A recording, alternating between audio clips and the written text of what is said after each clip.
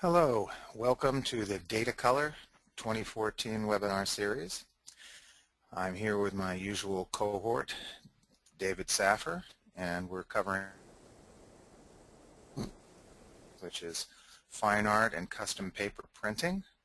This is a bit more specialized topic than some, but it all comes back down to the same issues in many ways of having to calibrate your display and profile your printer in order to get control of this and save paper and ink. So we'll let David go into that in more detail in a few minutes. First, I'd like to say welcome, and particularly welcome to people who are here from our co-sponsor Moab.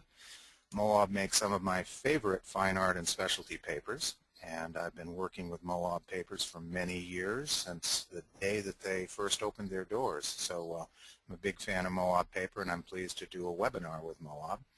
We'll be using some of their media and examples in this webinar today. Now, at the end of this webinar, we will have some giveaways and some offers, so you want to stick around for that. The other thing you're going to want to do is to get your webinar control screen and open up the section of it with some name like questions, so that you can see the questions that others are asking, and you can ask questions yourself. And since this is a topic on which we have two experts, it's very handy, because while David Saffir is talking and waving his hands around, I'm going to be typing away madly, answering questions for those of you who would like to know more on specific issues. So before I hand over, I'm going to say David Saffir is a professional photographer in Southern California, where it's actually raining today. Oh boy, oh boy. This is while the rest of the country has been dumped with snow. California has been in a drought for so long they can't remember the last time it rained. So I'm very happy to say that it's a gray day in Southern California, where David does his professional photography and photo education work. He had the honor of shooting at the Autry Museum earlier this week.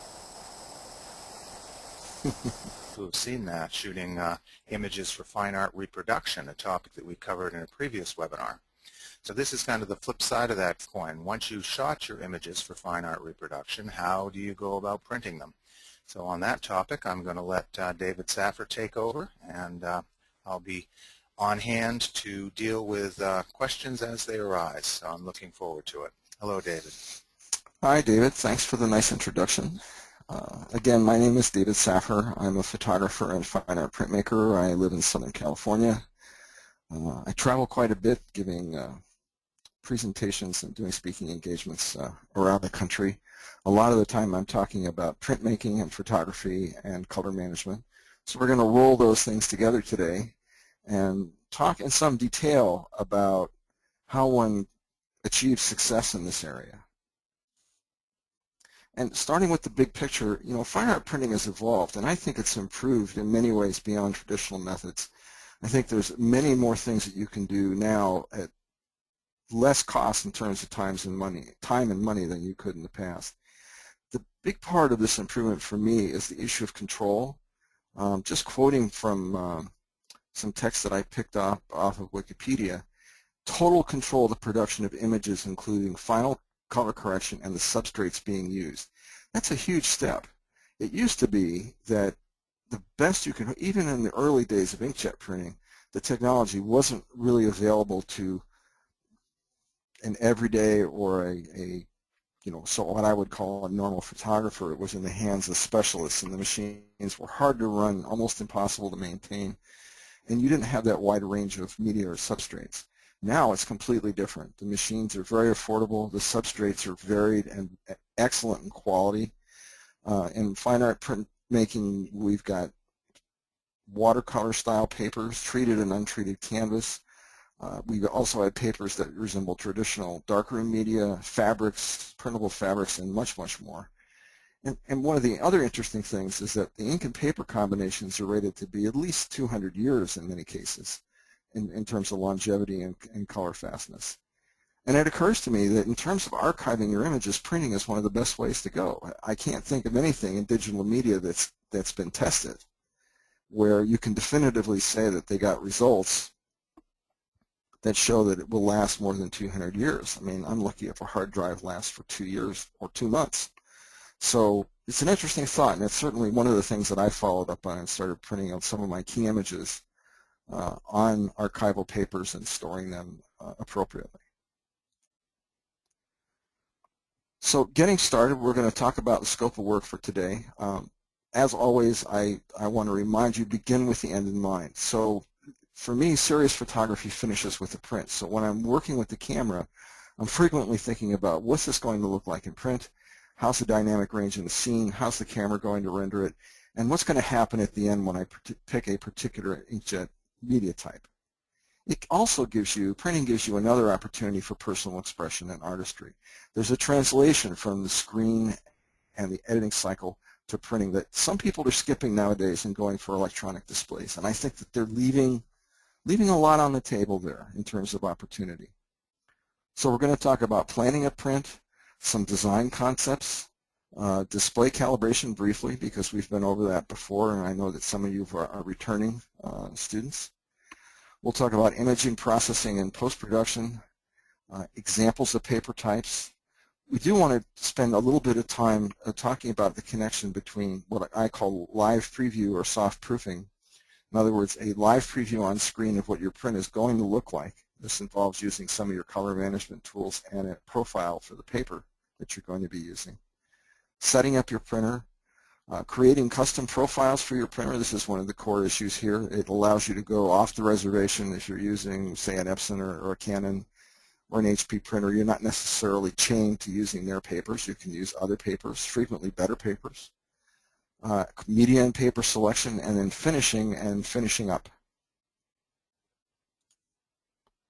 So planning a print. The process begins with image capture. A lot of the images, at least in my experience, are captured at the edge of the camera's capabilities. In other words, right at the edge of the camera's dynamic range and its ability to render, for example, color saturation or highlight shadow detail. And some of the considerations when you're shooting, keeping the end in mind, are going to be your color palette, your brightness and saturation. And sometimes those are going to be driving your material selection, whether you have to consider what your exhibition or display conditions are going to be. You're going to be thinking about durability and longevity when you're planning a print. Sometimes the print isn't really intended to last a long time, and so you can use a material that isn't rated for its archival properties. One thing about planning a print is that you have a big advantage when you work with a paper provider that offers a full range of media types and the resources to back you up.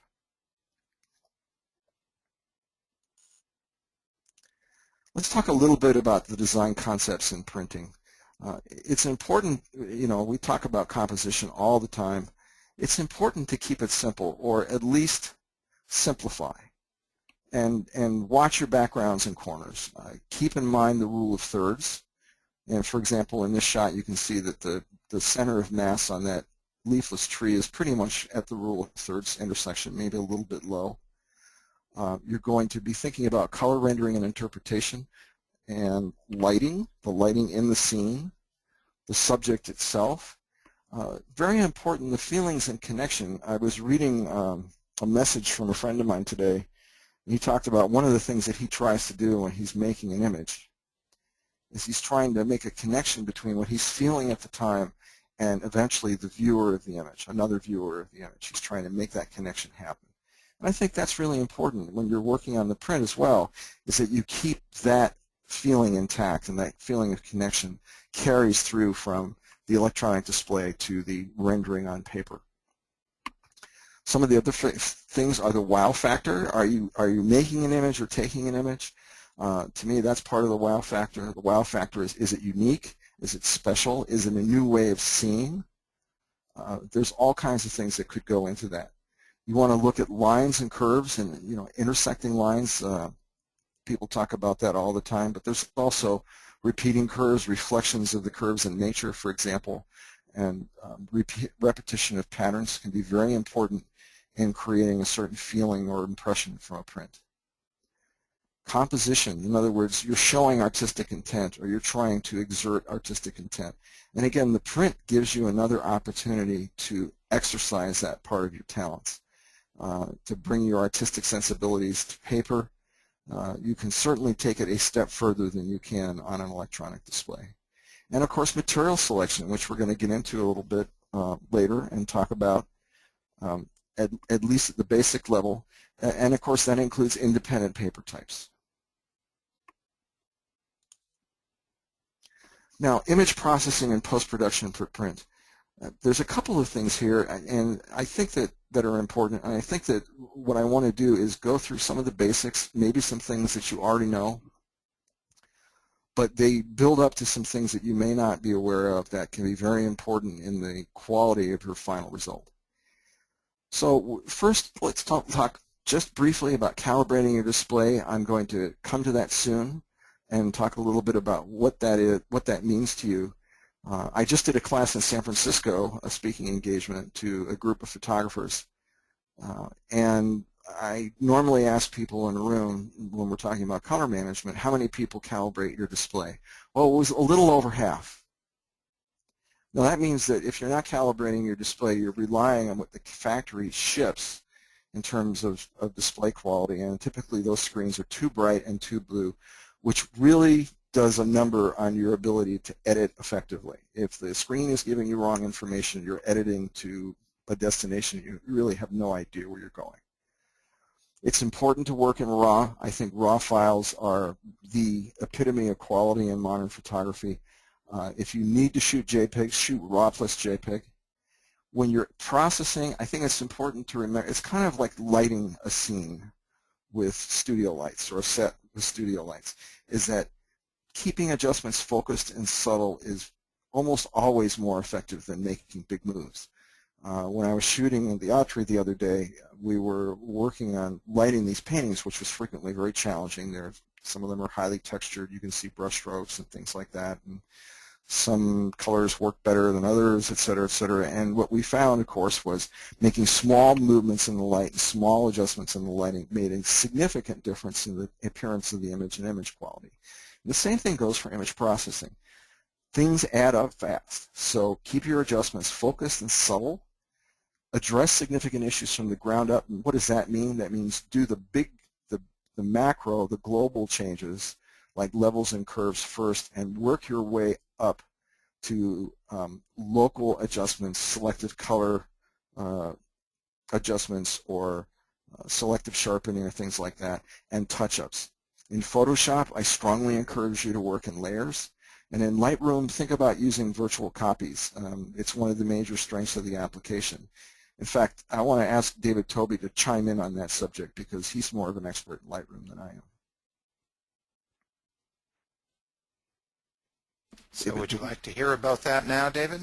Yeah, I think I'd like you to talk about it for a couple of minutes. Yeah, which aspects of that interest you most, or would you like? Well, the ability to make variations on a theme and create different images that are adjusted for different media types, for example, or different sharpening levels, that sort of thing. Yeah, absolutely. The problem that we all run into now that we're running RAW libraries is that files are large. If you own a D800, they're beyond large to huge, and so you're dealing with just terabytes of files. And a Photoshop workflow, the type we all tended to run several years ago, meant that you have an image and you can have several copies of that image. And I would always have copies that were adjusted for specific output types. And it might even be in the output space of a particular printer with a particular media in it. I might very well save a copy of that. But I certainly had a version of that image that was edited for, say, Entrada fine art matte paper, and another version that huge. Even high-bit TIFFs that you can render out of those raw files are huge. And to save several of them for different print sizes with different sharpening and so on becomes a major disk space issue. So as a fine art printmaker, fortunately, out of the hundreds of thousands of images I shoot, there are a modest number that I actually work with for output. If you're doing something where you output a larger number of your files, it becomes quite impossible to do it that way. So with the Lightroom workflow, you have one raw file, and as long as you can contain all of your editing process to Lightroom, in other words, you don't need to leave Lightroom for the things that Photoshop really does uniquely, like masking and compositing, then you're in a position where you can do all your editing in Lightroom, and then you can make versions of your file. You can make a sepia, you can make a black and white, those types of versions, but you can also make a version specifically for a given output by making a virtual copy and applying a different softproof to that virtual copy from a different profile that you've made for a specific paper. So I might now have, say, 3 different media that I think a given image prints well on. And I might have a couple of sizes per media. I'm going to have, say a Barita finish 1950s black and white type of paper that I might use in a small and a medium small size, and then I might have a fine art paper such as Entrada that I use for a medium and a medium large image, and then I might use Moab's canvas for 2 even larger sizes of the print. And so I now have 6 versions of this file, and I can get away with 1 raw file and 6 sets of metadata in the form of virtual copies that in my Lightroom library look exactly like other images, but they're actually not hogging drive space by creating new versions of the image. They're simply metadata additions to the existing version. So that's really what this is all about, is the ability to have different sharpening for different sizes, different profiles and corrections for different media, all without changing to a whole new version of your file, which has not just storage nightmares, but also location nightmares. I'm sure I edited this image for this usage in this size once, but where is it? Whereas in Lightroom you have a storage system built in, an organization built in, so that even the disorganized can find what they're looking for. Does that cover that, David? Yeah, it's a very powerful tool, and it's something that if you're not familiar with it, I encourage you to dig down and become skilled in that area. It can really help you in terms of, again, addressing that issue of the availability of variations on your artistic intent. Now, when you're in, say, Camera Raw, we're going to switch back to Photoshop for a minute. But these controls also exist in Lightroom. They're just in a slightly different place, and of course it's a darker background. But when you're working on a raw image, you can see that we have controls, for example, for exposure, clarity, and vibrance. This is a frame from a time lapse that I took a couple of weeks ago, but it's very pretty. The clouds are amazingly complex. This is, California right after a storm. We got a whole quarter-inch of rain. But in any event, you can see that the adjustments that I'm making are very small. I don't make big moves all at once. I'll make several small moves and come back, and if necessary, make a couple of other small moves. And this comes a little bit from my days of scanning film, where what you really wanted to do is get the image in shape for editing. And so in Camera Raw, when you're going through a Photoshop workflow, you're really looking to get the image in shape for editing, just like with film. And you're trying not to leave your digital footprints all over the image. What you're trying to do is bring out its strengths and diminish its weaknesses. And another image and a different part of this is one of my favorite areas in the HSL grayscale. There's a luminance panel, and you can change the luminance of different color groups in the image, and I think that's a really powerful thing, for example, in landscapes with the sky. So if I go back, go up a page, you can see the sky is slightly lighter there and a little darker here, and what we get from that is what appears to be a more contrasting, more intense image. And this will print beautifully. And you can see the same sort of tools are available at a slightly different scene, of course, Meatballs at the movie. But you can see here the Luminous Panel is available in Lightroom. It's the same controls. They do the same things. And in fact, I brought the reds down just to demonstrate the direction that you may not want to go, which is these reds in the sign up here. You can see my mouse cursor. When I pulled the red slider down, they diminished in their intensity, and they're really supposed to be the same intensity as you see on the marquee front right here. So they can be a tool for good or evil, but it definitely gives you a lot of control over your image. But the point I want to repeat is that small moves add up. Make small moves in your editing as you go, and if necessary, go back and make another series of small moves, and you'll get a better result. Now, I want to talk about display calibration I'm going to keep this brief because this is material we've covered before and it's also available on other webinars. And I do want to mention this because it is so important that, your display is your window into your images. And when we calibrate a display, this device called a colorimeter works in tandem with software which presents a series of color patches to be read and evaluated. And it also controls the brightness in terms of preserving highlight and shadow detail. It helps control the dynamic range of the display so that what you see is what you're going to get. You're not going to be clipping highlights with a too bright display, which happens all too often. In fact, the most common color management question I get is, why are my prints too dark? And the answer is your display is too bright. So they come from the factory that way. So calibration is your friend. It's a very small investment as compared to the amount of money that you put into the camera, the lenses, and going to places where you can shoot or setting up a studio. And so, especially if you're shooting tethered, by the way.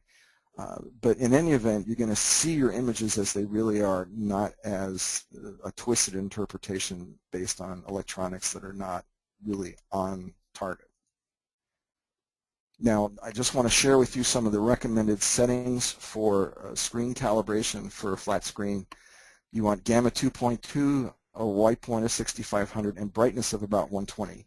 And again, I talked previously about people saying, well, the prints are too dark.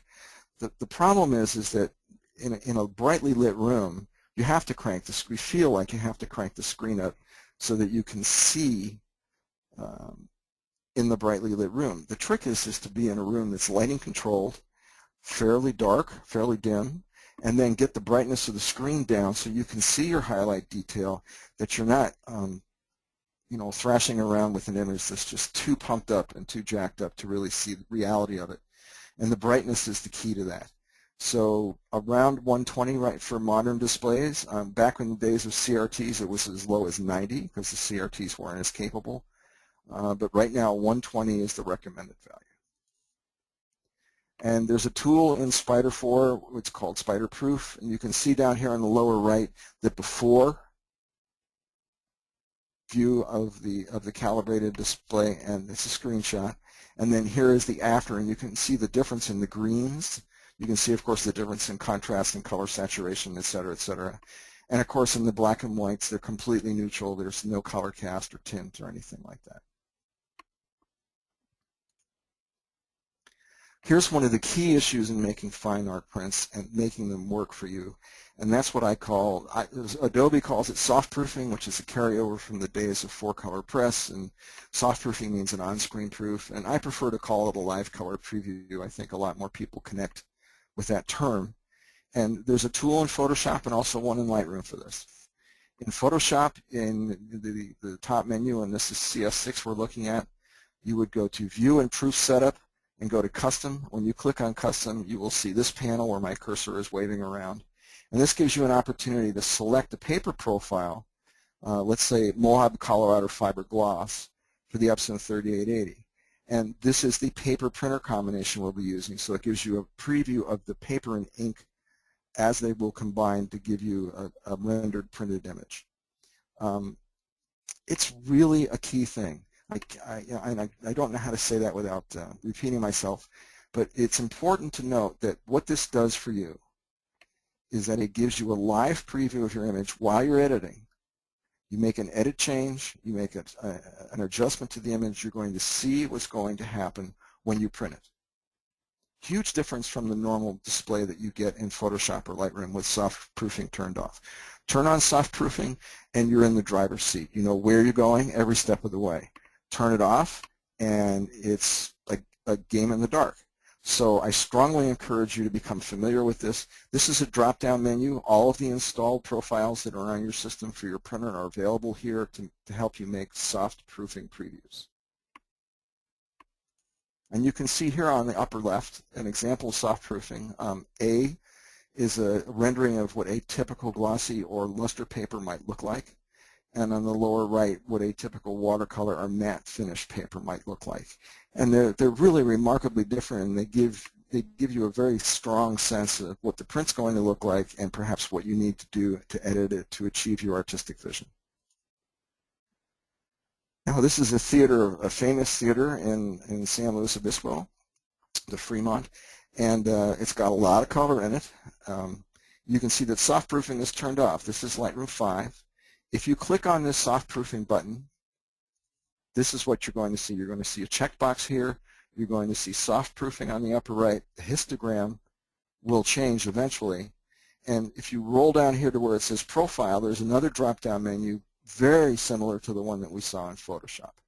If you click on this, it will show you the paper profiles that are available to you. There's a significant difference here, though, is that in the drop-down, it will show you only the profiles that you have, quote, imported into Lightroom.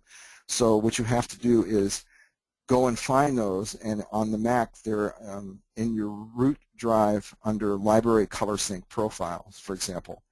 And you find that and you import it back into Lightroom, and then it becomes available to you in this list.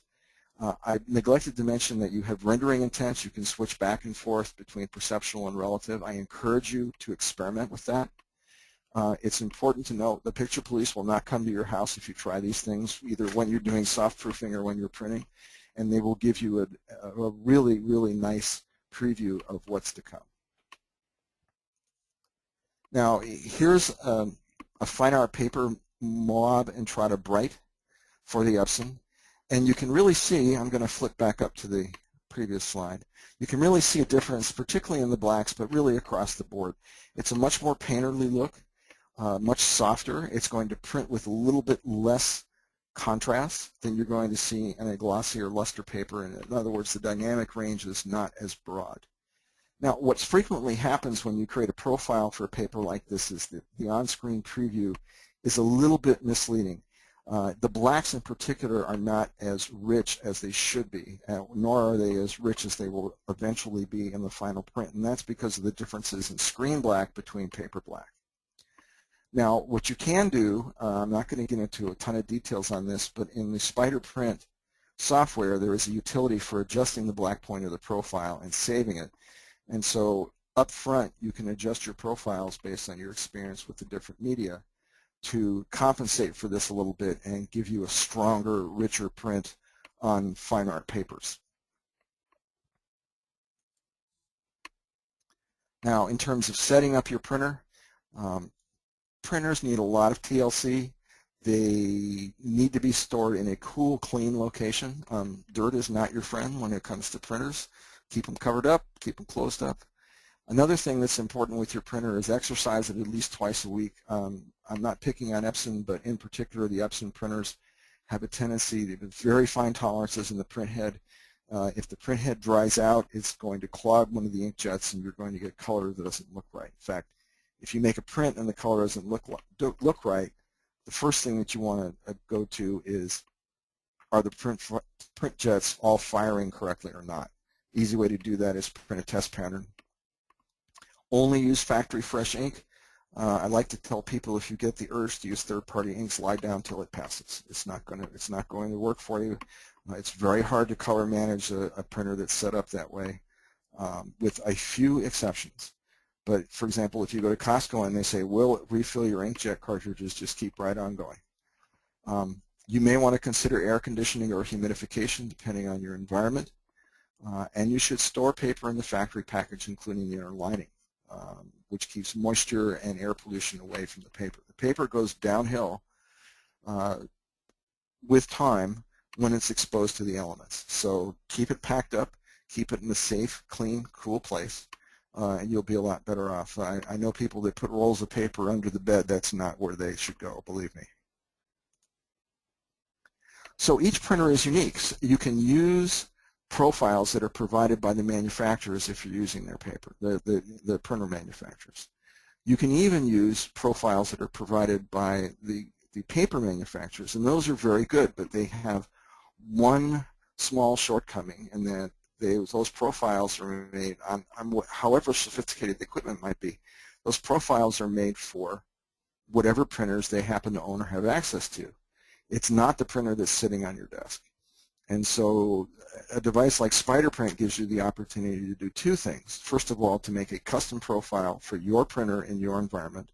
And believe me, part of the printer paper ink chemistry equation is the environment, the humidity, the temperature, all those things combined to make a unique fingerprint for each print. So it's important to have those. If you're going to be working with third-party papers, certainly try the paper manufacturer's profiles. But I think in some instances, depending on the type of image that you're printing and depending on the media types that you're selecting, that you may find that you can go further and get even more out of that paper with a custom profile. Now, we're going to come back to that in a minute in terms of how one executes that. I want to talk a little bit about media selection. There's a lot of types of media out there. It's almost bewildering, but if you think about it a little bit, it does fall into categories. The ones we're almost familiar with are glossy and luster, glossy being obvious. Luster is sometimes referred to as pearl or a semi-matte finish. Those are core media types. They strongly resemble old-style darkroom papers that we were accustomed to seeing. They have pretty strong contrast and good dynamic range. There are special finish papers such as metallics, very contrasty, what I call sharp-edge papers. And we have watercolor style or fine art papers, which are soft and painterly. They have somewhat less dynamic range, but in recent years, for example, with Moab Entrada is a cotton smooth fine art paper. Very crisp, very sharp, really an excellent paper to try. Some of the other materials that Moab makes, the Anasazi canvas, which is an archival polycotton blend canvas. It's important in canvases to remember that the polycotton blend is not a step down or it doesn't diminish the quality of the print that you're going to get. One of the big reasons to make a polycotton blend is the stretchability over a frame. So you can stretch the canvas without tearing the corners, getting wrinkles or dimples and that sort of thing. And they don't sag later on with environmental conditions. So that polycotton blend is a good thing. The Slick Rock Metallic is ultra shiny. It's a true metallic paper. Very, very interesting image rendering. I've been working with it a little bit, and I'm very interested in that because it's sort of taking you back to the days when there were specialty papers like Cibachrome, and some others that gave you a really interesting sort of a, I don't know what word to use, so I'll just stop there, but it gave you a very interesting look. Colorado Fiber is reminiscent of an air-dried silver halide paper, which is one of my all-time favorites. In fact, some of you who know me will remember that I did a big project like that a few years ago in terms of making inch negatives and making silver halide prints in the darkroom. So I'm very, very attached to that particular media type. But the performance characteristics of some of these high-end papers do require profiling. And again, you can try the manufacturer's profile, but I think that in many cases, as you grow as a photographer and you expand the range of your artistic sensibilities, that you will want to start thinking about making custom profiles. Okay, we've covered that. Now, using SpiderPRINT, very similar in basic principles to calibrating your display. You print a patch target, which has a series of color squares printed. I'm going to skip a couple of slides here and just show you that. That's what it looks like. You're going to print a patch target, and you're going to read it with the SpiderPRINT device. You're going to read each patch. You print these with no color management. In other words, you turn off color management in the software, and I will show you some examples of how to do that. You don't want any color management. You want the raw output from the printer, so to speak. Now, there are some smaller printers that have this function disabled. It's all over the map right now. Some of the issues are coming from the changes in particular in the Mac operating system. If you have trouble, if you have a SpiderPRINT device or another device like that, and you are having trouble getting the targets to print properly, this is probably the reason, is that your printer has this function disabled. The workaround for it is to get the Adobe Color Print utility. It's a free download from Adobe Labs, but you have to register on the Adobe Labs website. But it's free. It works great. You can take the file for the profiling target and print it and be done with it. So there is a workaround. I'm not saying this happens a majority of the time. There are still isolated instances, Everybody is working to minimize the impact of that. It's not a huge deal, but for those of you that run into it, it's annoying. So now you have a workaround. In SpiderPrint, before you begin, what you're going to do is you're going to specify the important things. These are going to be printed on your target. You're going to put the printer name, the paper or media name. This is important, particularly if you keep the targets for future reference, which I do, the ink or colorant used, and the driver media setting, which is Fine Art Matte. It's important to recognize that there are two basic paper types, those that take what's called photo black and those that take what's called matte black. Self-explanatory. A matte paper takes matte black. It gives you a better dark tones, better blacks in the print than photo black ink will. Most printers now will, most of the sophisticated printers, like the 3880, will switch automatically when you, in the printer driver, you specify a matte style paper. They will automatically switch inks. It may take a couple of minutes, but it will work out fine in terms of how the print quality comes out. I see a question here, does the polycotton stretch in the printer? The answer is some of them do. I haven't had that experience with the Moab papers. They really shouldn't stretch. It's when you put a lot of pressure on the material when you're stretching it over the boards or the frame rods that you run into that issue where it's going to stretch a little bit. When you're printing the target, I suggest it's tempting to go to a small target, printed on one sheet. I recommend that you use the high quality target plus grays. That's going to improve your neutrals, your neutrality of your print. It's also going to improve your mid-tone transitions and the overall quality of the profile. It takes a little longer, but it's worth the effort. And when I say it takes a little longer, you're talking about adding 10 minutes to the whole cycle. In SpiderPrint, when you go to print your target, you're going to see printer dialogues that look like this. What you're going to do on this, first of all, is you're going to pick a media type. Now, this doesn't name, because it's an Epson printer, it's going to say ultra premium photo paper luster or paper gloss.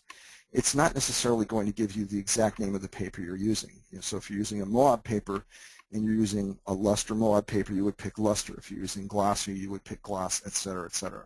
So you pick the paper type that's closest. What this is really doing is setting up the printer in ways that aren't really related to color management. It's more about the physical characteristics of that particular type of paper and its inkjet coating. If you have a 16-bit file, I suggest that you do try 16-bit output.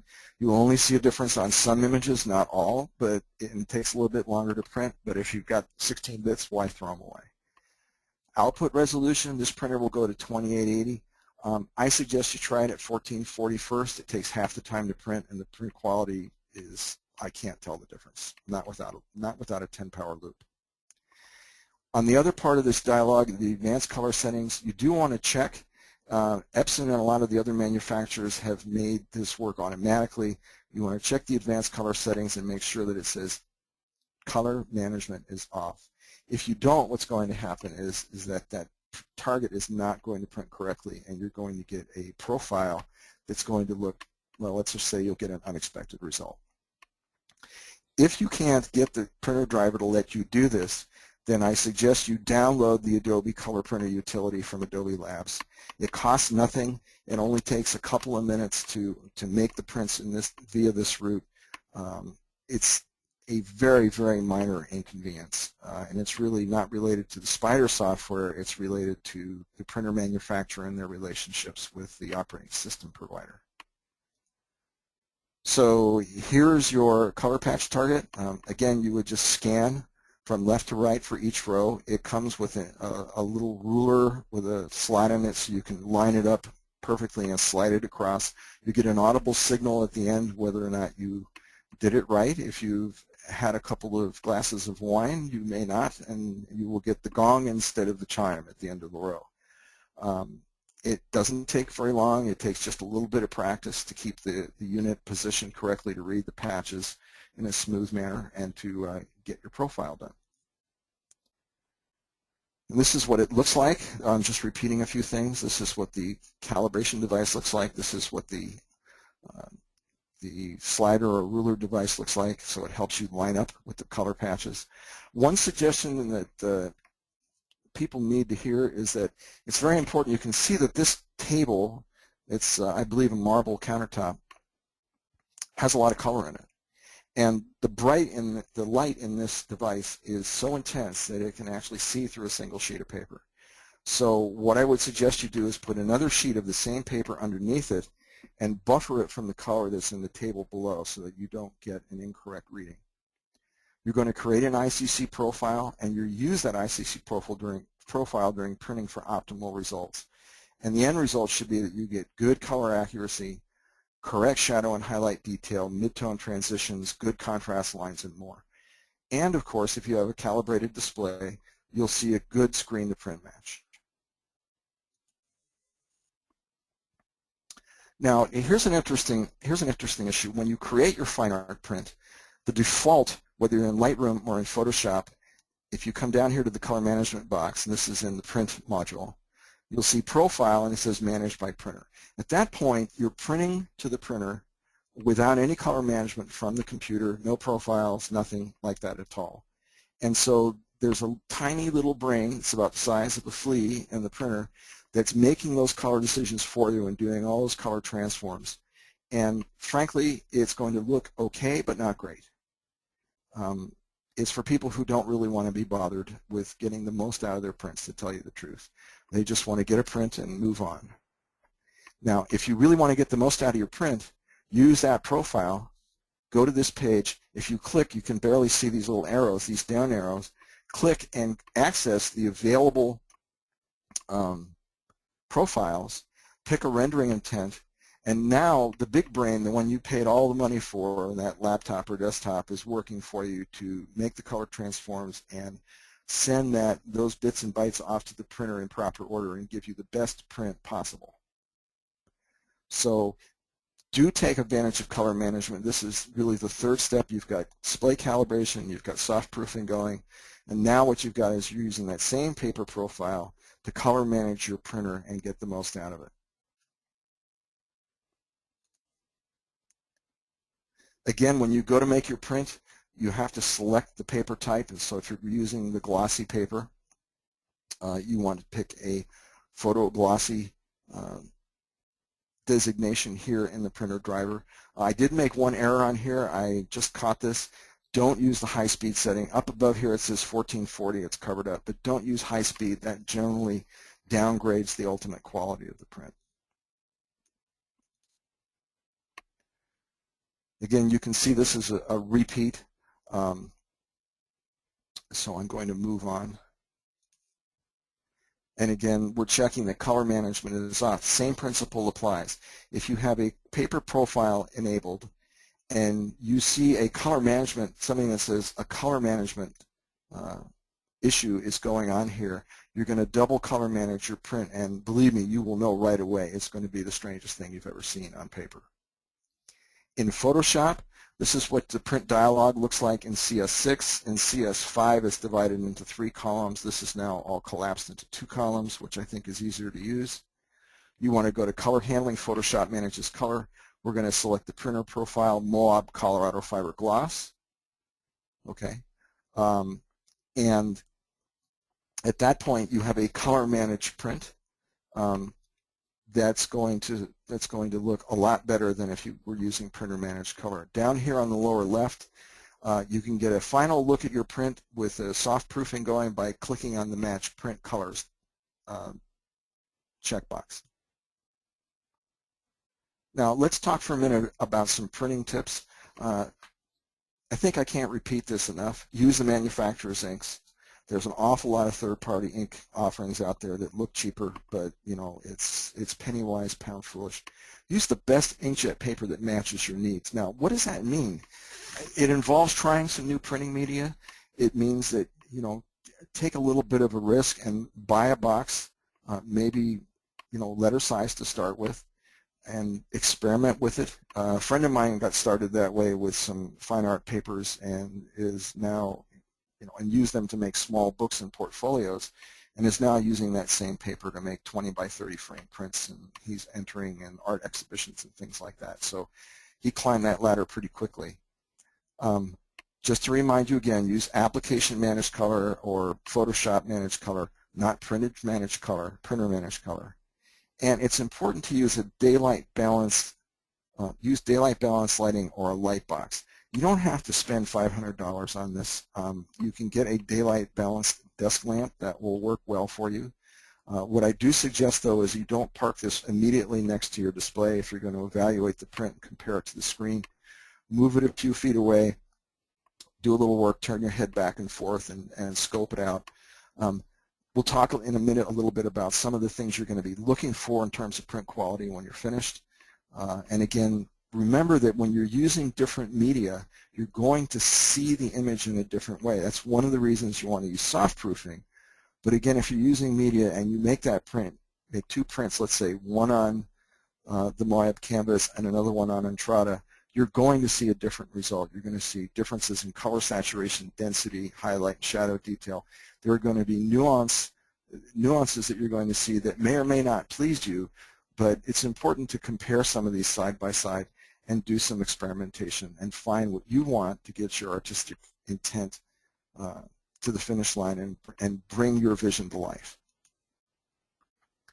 Now, looking at finishing and finishing up, I think when you look at your print, you have to look at the color saturation, and it really depends on what you want, but for me, I'm looking at color saturation and color rendering in a way, is it real? Is it what I saw? Is it realistic?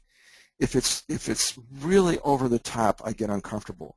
If it's really, really over the top in terms of color density and color saturation, you know, after you've been editing the image, you're going to have an issue with details showing through. Once you put a certain load of ink in a highly saturated or you know, a very brightly colored area, the details start to fade away, and so there's a sort of a line of transition or a framework that you want to stay within to keep the image believable, realistic, show the details, etc., etc. You want to keep a close eye on highlight, shadow detail. I put this image in here for a good reason. This is a bridge that crosses a canyon and on a highway near my home, and it was actually very brightly lit. There's a lot of light bouncing from the right off a hillside through here. Actually created a lot of color issues, which is why I shot it in black and white. But you can see that this area is just barely holding the detail, barely holding it. And down in this corner, if I make a print of this for you, you would see that it's barely holding the detail in the shadows. It's right at the limit of what the paper can render. And this is on a matte finish paper, like the Entrada. And it's a little bit difficult to achieve that. Sometimes it takes a couple of prints. Even though you see on screen that the detail is holding up, you sometimes still have to make a proof print to really get a feel for what you're ultimately going to frame and hang with pride. And it's important to recognize that sometimes you're going to have to change media. If you think the image quality is there but the print could be better, maybe it would be time to switch to a different paper with a different finish. Handle with care. That's something that a lot of people don't do, is they pick up the print carelessly, and of course it creates a crease in the print. Fingerprints are not your friend. You can't get them off. I don't care how hard you try, you'll ruin the print. So get some lint-free gloves. They're cheap. You can buy a bag of 50 of them that will last you a lifetime almost. When you store these or you put them away for drying, which we'll talk about in a minute, acid-free archival-style interleaving paper is not super expensive, but can really save your prints when they're packed in a box or if they're grouped in a pile waiting to be processed further. I'm also told by the Epson printer rep that interleaving paper helps with outgassing, and it can reduce outgassing from 3 to 4 days to less than 24 hours. The paper helps wick that material away from the print. Outgassing is talking about solvents and part of the aqueous solution that's present in the ink that has to evaporate after the print is made. Once you're done with that, you can go to framing or coating. In some cases, you're going to want to use a varnish as a coating. It helps prevent fingerprints from adhering as much. It helps prevent scratching. Some of these fine art papers really need to be cover as soon as humanly possible without sacrificing quality. For mounting, you want to look at mounting on with all archival materials. That doesn't just mean acid-free. Archival means that they are lignin-free, for example, and read the label carefully. Talk to the people in the store or online. I know that Moab does make some mounting boards and things like that based on looking at their website. I encourage you to try a hinge mount, which is simply a piece of tape at the top of the print. It lets it hang free in front of the board. You can also mount them, cold mount or hot mount them on a board. But I like the hinge mount simply because if the mat and board get damaged at some point, I can gently take the print off and I can move it over to another home without damaging it. That's also a selling point for buyers. With high quality papers at a reasonable thickness, typically you won't see any cockling or buckling in the print under glass, under a mat. In framing, all your materials need to be archival. That includes the wood, that includes the mats and the mounting materials, the whatever glues or anything else like that that you might use in different places. And of course you've got a barrier paper on the back, and the most common thing I see in framing is that barrier paper is craft paper, which is outgassing chemicals like crazy. It's full of acids and things like that. It's not print friendly. So you want that back seal, that back piece of paper that's glued onto the rear of the frame, to also be an archival material.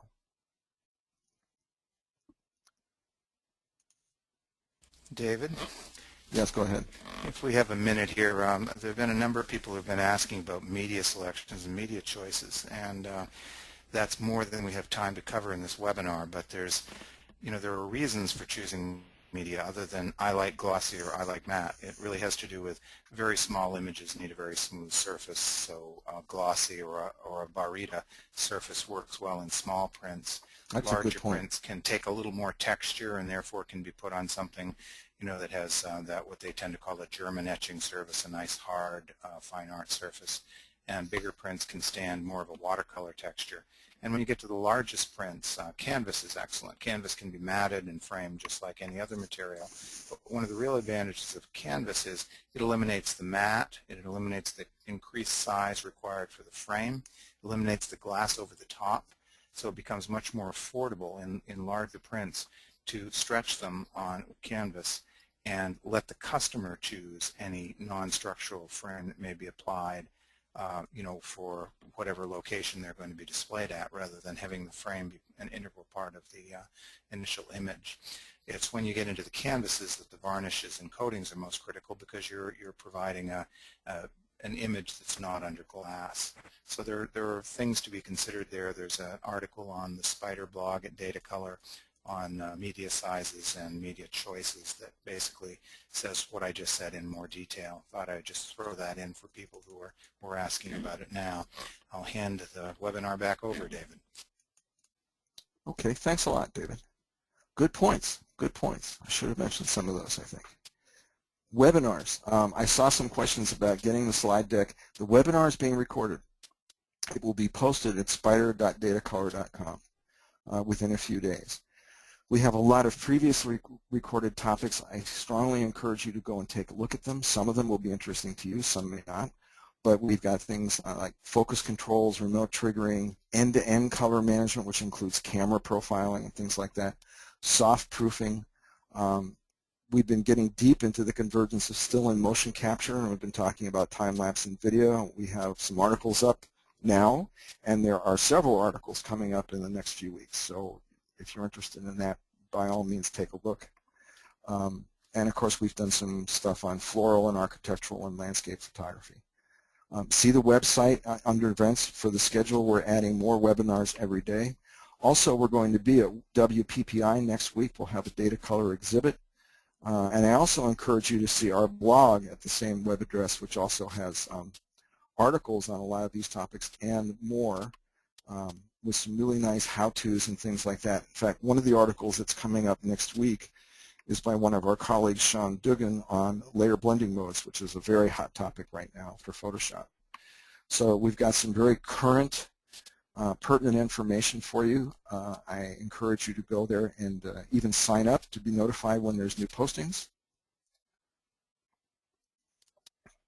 I want to thank Datacolor and Moab for sponsoring this session. It's www.datacolor.com or spider.datacolor.com, and of course moabpaper.com. There's some discounts here for us. Just one moment here. Okay. We have discounts and rebates. We have 20% off all Datacolor Spider products purchased at spider.datacolor.com. The discount code is PAPER20. It's valid through March 5th in the U.S. only. Moab, 15% off anything at moabpaper.com with a coupon code of DataMoab15. It's valid from the 26th through the 5th. Now, the SpyderPRINT giveaway is going to go to Charles Davis. Charles, our marketing manager, will be getting in touch with you via email to arrange delivery. And the Moab and Trada paper is going to Tony Morella. I hope I pronounced that right. And the Moab Slick Rock paper is going to Kevin McGee. The presenters, of course, are myself, David Saffir. My blog is davidsaffir.wordpress.com. The web page is davidsaffir.com. And I think probably more important than either one of those is that if you have questions about some of the material that we presented today, I like to help my students. You can send me an email at dsaffir@mac.com. I can't promise I'll answer you immediately. I get a lot of email. If I don't answer you within 24 hours, please nag me. I won't be insulted. It just means that in the flow of the emails, I may have missed yours, and don't take that personally either. Our other presenter is David Toby, one of the world's foremost color management experts. His blog is cdtoby, and a good photographer, cdtoby.wordpress.com, and his web site is cdtoby.com. I want to thank everybody for attending. I hope you enjoyed it and got what you wanted out of the session. I encourage you to stay with us in our webinar series. We give webinars every month. I look forward to joining up with you again soon. Thanks very much. Have a great day.